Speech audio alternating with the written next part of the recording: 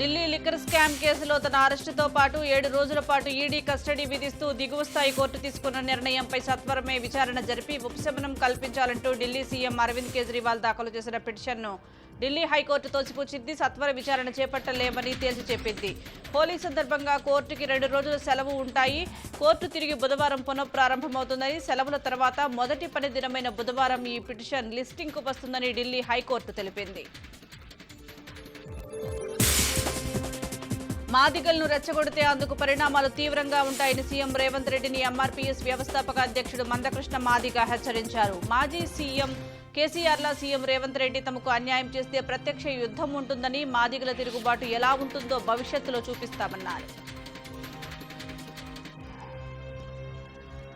Liquor scam లో అరెస్టైన Delhi CM Arvind Kejriwal కు సంఘీభావం ప్రకటించిన కాంగ్రెస్ అగ్రనేత రాహుల్ గాంధీపై కేంద్ర మంత్రి స్మృతి ఇరానీ విమర్శలు గుప్పించారు. రాహుల్ గాంధీ ద్వంద్వ వైఖరికి ఆయన వ్యాఖ్యలే నిదర్శనమని మండిపడ్డారు. కేజ్రీవాల్ అవినీతిపరుడని తెలంగాణలో చెప్పిన రాహుల్ గాంధీ కేజ్రీవాల్ నిజాయితీపరుడని ఢిల్లీలో ప్రశంసిస్తుండటం విడ్డూరంగా ఉందని స్మృతి ఇరానీ ఎద్దేవా చేశారు.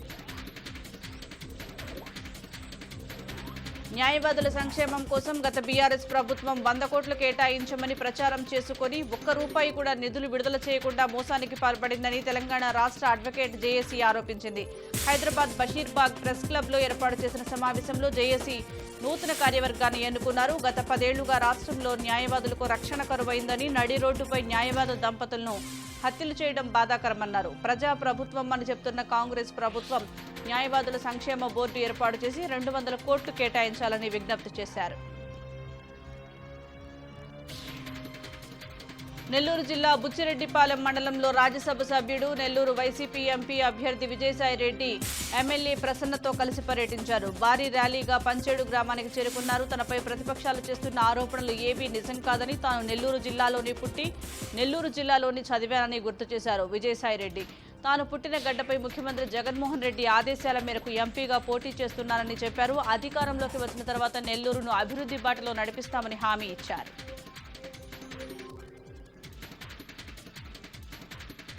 అమలాపురం పి గన్నవరం అసెంబ్లీ నియోజకవర్గ జనసేన అభ్యర్థిగా గిడ్డి సత్యనారాయణకును కేటాయించారు. టీడీపీ, జనసేన, బీజేపీ ఉమ్మడి అభ్యర్థిగా తొలి జాబితాలో మహాసేన రాజేష్కు కేటాయించగా పెద్ద ఎత్తున హిందూ సంఘాల ఆందోళన చేపట్టడంతో అభ్యర్థి జాబితా నుండి మహాసేన తప్పుకున్నారు. అనంతరం రెండో జాబితాలో జనసేన నుండి అధిష్టానం గిడ్డిని కేటాయించింది. విజయనగరం జిల్లా ఉమ్మడి టీడీపీ, జనసేన, బీజేపీ పార్లమెంట్ అభ్యర్థి ఎంపికపై కొత్త కోణం వెలుగులోకి వచ్చింది. అనూహ్యంగా ఉమ్మడి పార్లమెంటు ఎంపికపై జిల్లా వ్యాప్తంగా ఫోన్ కాల్ ఎంపిక ప్రక్రియను టీడీపీ అధిష్టానం మొదలుపెట్టనుంది. విజయనగరం ఉమ్మడి టీడీపీ అభ్యర్థి రేసులో మాజీ ఎమ్మెల్యే తెంటు లక్ష్మీనాయుడు, గేదెల శ్రీనివాస్ ఉన్నట్లు విశ్వసనీయ సమాచారం. మాజీ ఎమ్మెల్యే తెంటు లక్ష్మీనారాయణ తమ పార్లమెంట్ అభ్యర్థిగా ఎన్నుకోమంటూ సోషల్ మీడియాలో హల్చల్ అవుతున్నట్లు తెలుస్తోంది.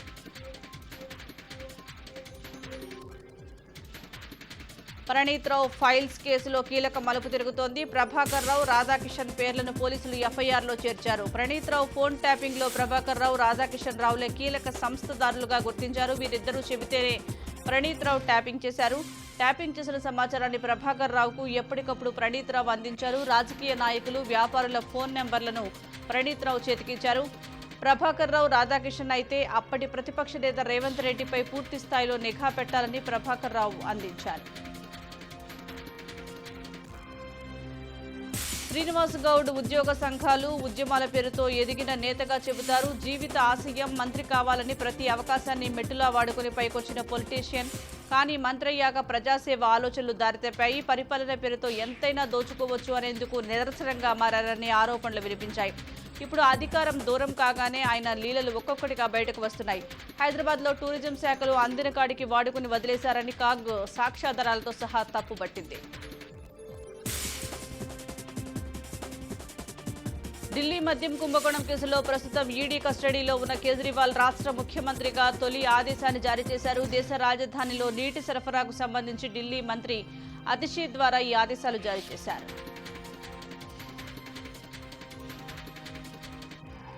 కవిత లిక్కర్ కేసు వ్యవహారం బీఆర్ఎస్ నేతలకు కంటి మీద కునుకు లేకుండా చేస్తోంది. దీని నుంచి ఇంకా తేరుకోక ముందే మరో బీఆర్ఎస్ కీలక నేత వివాదంలో చిక్కుకున్నారు. మాజీ ఎంపీ సంతోష్ పై బంజారాహిల్స్ పోలీస్ స్టేషన్లో కేసు నమోదైంది. బంజారాహిల్స్ రోడ్ నెంబర్ 14లో ఫోర్జరీ డాక్యుమెంట్లతో భూమి కబ్జా చేశారని నవయుగ కంపెనీ ఇచ్చిన ఫిర్యాదు మేరకు సంతోష్ రావుపై ఎఫ్ఐఆర్ నమోదైంది.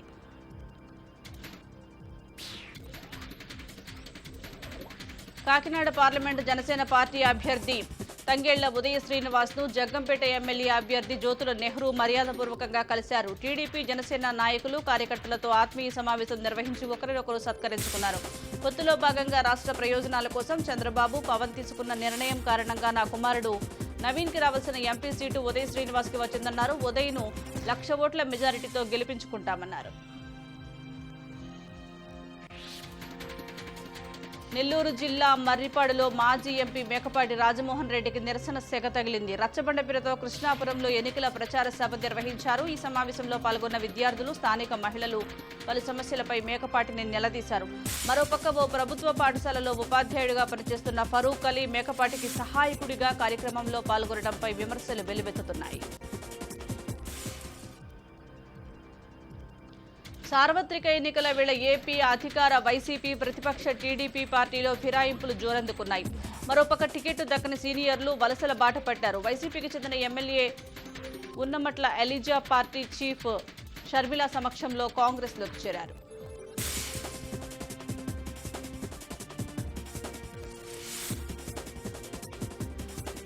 టీడీపీ ఉమ్మడి కూటమికి వైసీపీ ఎంపీ విజయసాయిరెడ్డి సవాల్ విసిరారు. నెల్లూరు ఎక్స్ వేదికగా ఏపీ ప్రజలకు 10 ఏళ్ల పాటు ప్రత్యేక హోదా కల్పిస్తామని టీడీపీ తన మేనిఫెస్టోలో ప్రకటించాలని కోరారు.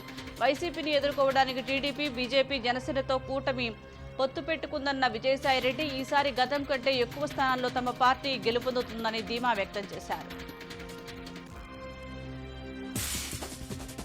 ఈ నెల 25, 26 తేదీల్లో కుప్పంలో టీడీపీ అధినేత చంద్రబాబు పర్యటించనున్నారు. పర్యటన సందర్భంగా పీఈఎస్ వైద్య కళాశాల ఆసుపత్రి ఆవరణలో హెలీప్యాడ్ సిద్ధం చేశారు. ఆర్టీసీ బస్టాండ్ సమీపంలో ఎన్టీఆర్ విగ్రహం సర్కిల్లో సభ ఏర్పాట్లను ఎమ్మెల్సీ కంచర్ల శ్రీకాంత్, స్టేట్ వణికుల కన్వీనర్ మునిరాజ్తో కలిసి పరిశీలించారు.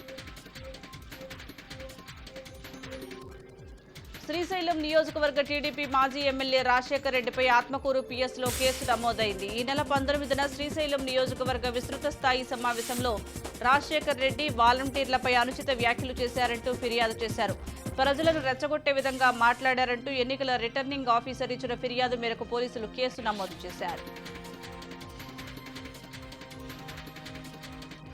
కరీంనగర్లో ఎన్నికల ప్రచారంలో భాగంగా బీజేపీ నేత బండి సంజయ్ ఆటో డ్రైవర్లను కలిశారు. వారి సమస్యలను అడిగి తెలుసుకున్నారు. మహిళలకు ఆర్టీసీ ఉచిత ప్రయాణం కల్పించడంతో తమకు గిరాకీ లేకుండా పోయిందని ఆటో డ్రైవర్లు ఆవేదన వ్యక్తం చేశారు. కనీసం ఇన్సూరెన్స్ కూడా చెల్లించే పరిస్థితి లేదని, ఒకవైపు ట్రాఫిక్ పోలీసుల వేధింపులు కూడా ఎక్కువయ్యాయని, రాబోయే 2 నెలల పాటు స్కూళ్లు కూడా ఉండవని, తమకు ఇల్లు కూడా గడవని కష్టమయ్యే పరిస్థితి ఉందని వాపోయారు. ములుగు జిల్లాలోని ఏటూరు, నాగారం, పస్రా, తాడ్వాయి మధ్య వందలాది ఎకరాల అడవి దగ్ధమవుతోంది. అభయారణ్యంలో నిపురవలు రగులుకొని అడవి ప్రాంతం అగ్నికి ఆహుతైంది. అడవిలో వృక్ష సంపద కాలి బూడిదవుతుంది. ప్రాణభయంతో వన్యప్రాణులు భీతిల్లుతున్నాయి. గత 4 రోజులుగా అడవిలో మంటలు వ్యాపిస్తున్నా అటవీ శాఖ సిబ్బంది పట్టించుకోవడం లేదని స్థానికులు ఆరోపిస్తున్నారు.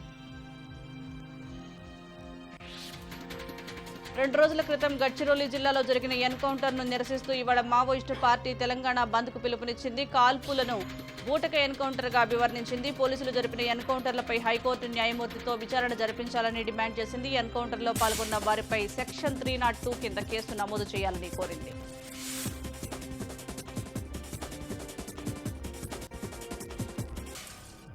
కోకాపేటలో అక్రమంగా తరలిస్తున్న భారీ డీజిల్ని శంషాబాద్ ఎస్ఓటీ అధికారులు సీజ్ చేశారు. కర్ణాటక నుండి హైదరాబాద్కు స్మగ్లింగ్ చేస్తున్న ముఠా నుండి 15,000 లీటర్ల డీజిల్ను స్వాధీనం చేసుకున్నారు పోలీసులు. 6 నిందితులను అరెస్టు చేసి పరారీలో ఉన్న మరో 4 గుర్తించారు. రాజన్న సిరిసిల్ల జిల్లా ఎస్పీ అఖిల్ మహాజన్ ఆధ్వర్యంలో ఫ్లాగ్ మార్చ్ నిర్వహించారు. పార్లమెంట్ ఎన్నికల నేపథ్యంలో సెంట్రల్ ఫోర్స్తో కలిసి వేములవాడ పట్టణం తిప్పాపురం బస్టాండ్ నుండి కోరుట్ల బస్టాండ్ వరకు నిర్వహించారు. ఎన్నికలను ప్రశాంతంగా నిర్వహించేందుకు భద్రత పటిష్టం చేస్తామన్న ఎస్పీ జిల్లాలోని అన్ని ప్రధాన రహదారుల్లో ప్రత్యేక చెక్ పోస్టులు ఏర్పాటు చేశామన్నారు. సంగారెడ్డి జిల్లా రామచంద్రపురం హైవే వద్ద బస్సు హల్చల్ సృష్టించింది. అతివేగంగా నడుపుతూ ఫుట్పాత్ పైకి దూసుకువచ్చిన ప్రైవేటు బస్సు ప్రమాదంలో ఓ వ్యక్తి మృతి చెందగా మరికొంతమంది పరుగులు తీసి ప్రాణాలు కాపాడుకున్నారు. మృతి చెందిన వ్యక్తి రామచంద్రాపురం నివాసిగా గుర్తించారు.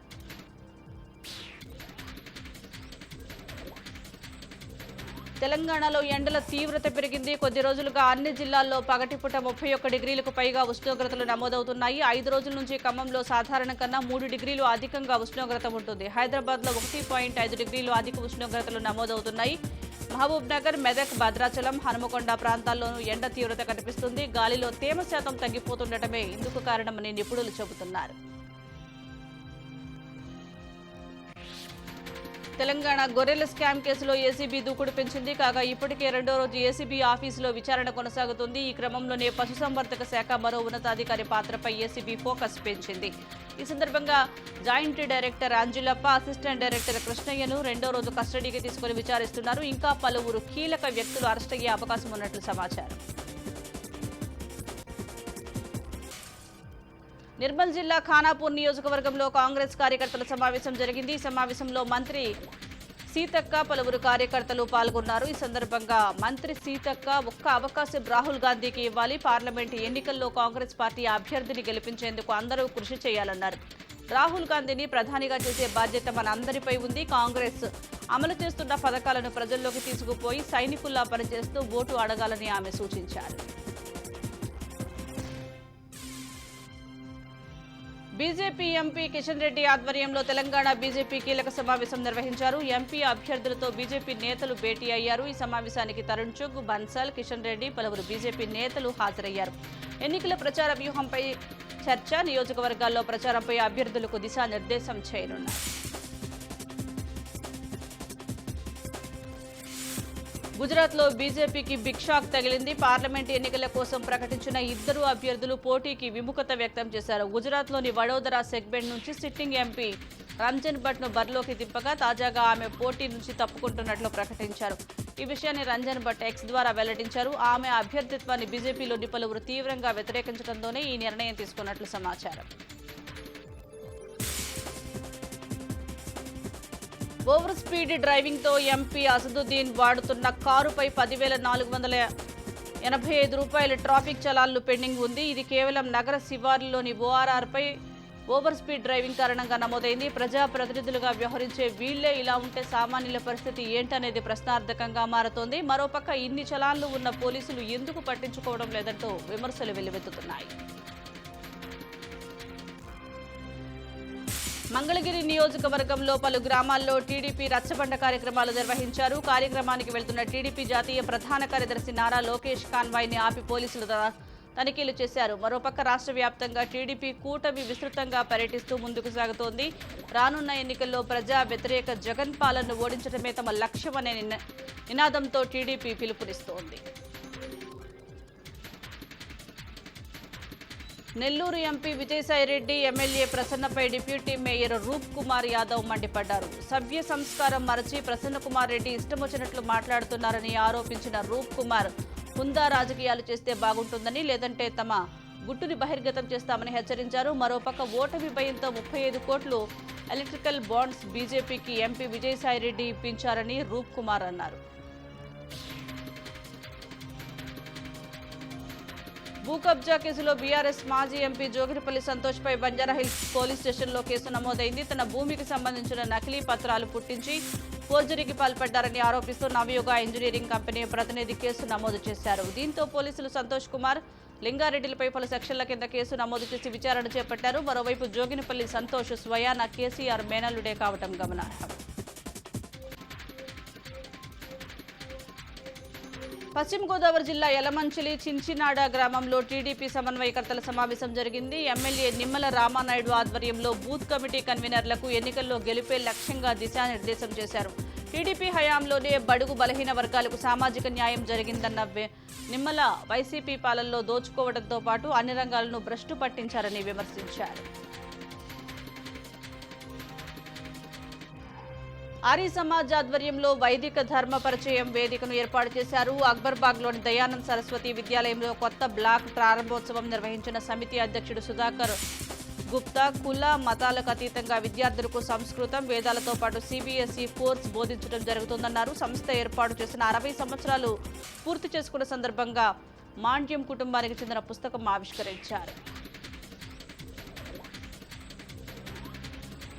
నిర్మల్ జిల్లా ఖానాపూర్ పట్టణంలోని అంబేద్కర్ నగర్ కాలనీకి చెందిన చెట్పల్లి అలేఖ్య అనే యువతిని ప్రేమ పేరిట వెంబడించి నడి రోడ్డుపై అత్యంత దారుణంగా నరికి చంపడం చూస్తే హంతకుడిలో క్రూరత్వానికి నిదర్శనమని టీజేఎస్ అధ్యక్షులు ప్రొఫెసర్ కోదండరాం అన్నారు.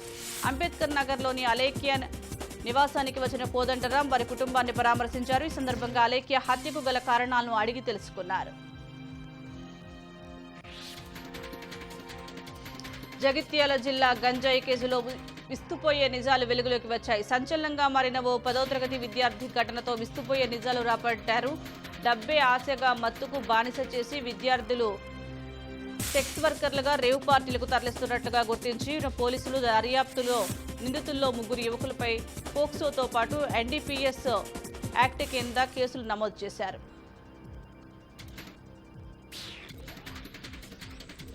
ఆర్మూరు పట్టణం సంతోష్ నగర్ కాలనీలో హత్యకు గురైన లాస్యకు న్యాయం చేయాలంటూ మృతురాలి తరపు బంధువులు పట్టణంలోని అంబేద్కర్ చౌరస్తాలో ధర్నాకు దిగారు. మృతురాలి అత్త ఆడబిడ్డ ఈ హత్య చేయించారంటూ ఆరోపించారు. ఇప్పటి వరకు హంతకులను పట్టుకోవడంతో పోలీసులపై ఆగ్రహం వ్యక్తం చేశారు. ఈ సందర్భంగా గోసంగి సంఘం జిల్లా అధ్యక్షుడు గంధం రాజేష్ కీలక వ్యాఖ్యలు చేశారు.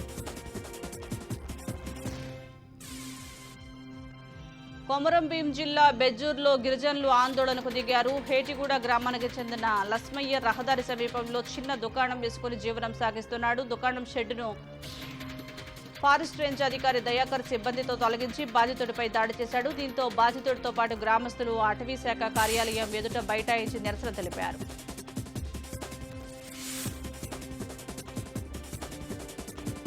వరంగల్ జిల్లా దుగ్గొండి మైసంపల్లిలో దారుణం చోటు చేసుకుంది. వివాహిత వెంగళ సుప్రియ అనుమానాస్పదంగా మృతి చెందారు. సమాచారం అందుకుని కేసు నమోదు చేసుకున్న పోలీసులు మహిళ ఒంటిపై గాయాలను బట్టి దుండగులు అత్యాచారానికి ఒడిగట్టిన అనంతరం మర్డర్ చేసి ఇంట్లో బంగారం నగదును ఎత్తుకు వెళ్లినట్లుగా గుర్తించారు.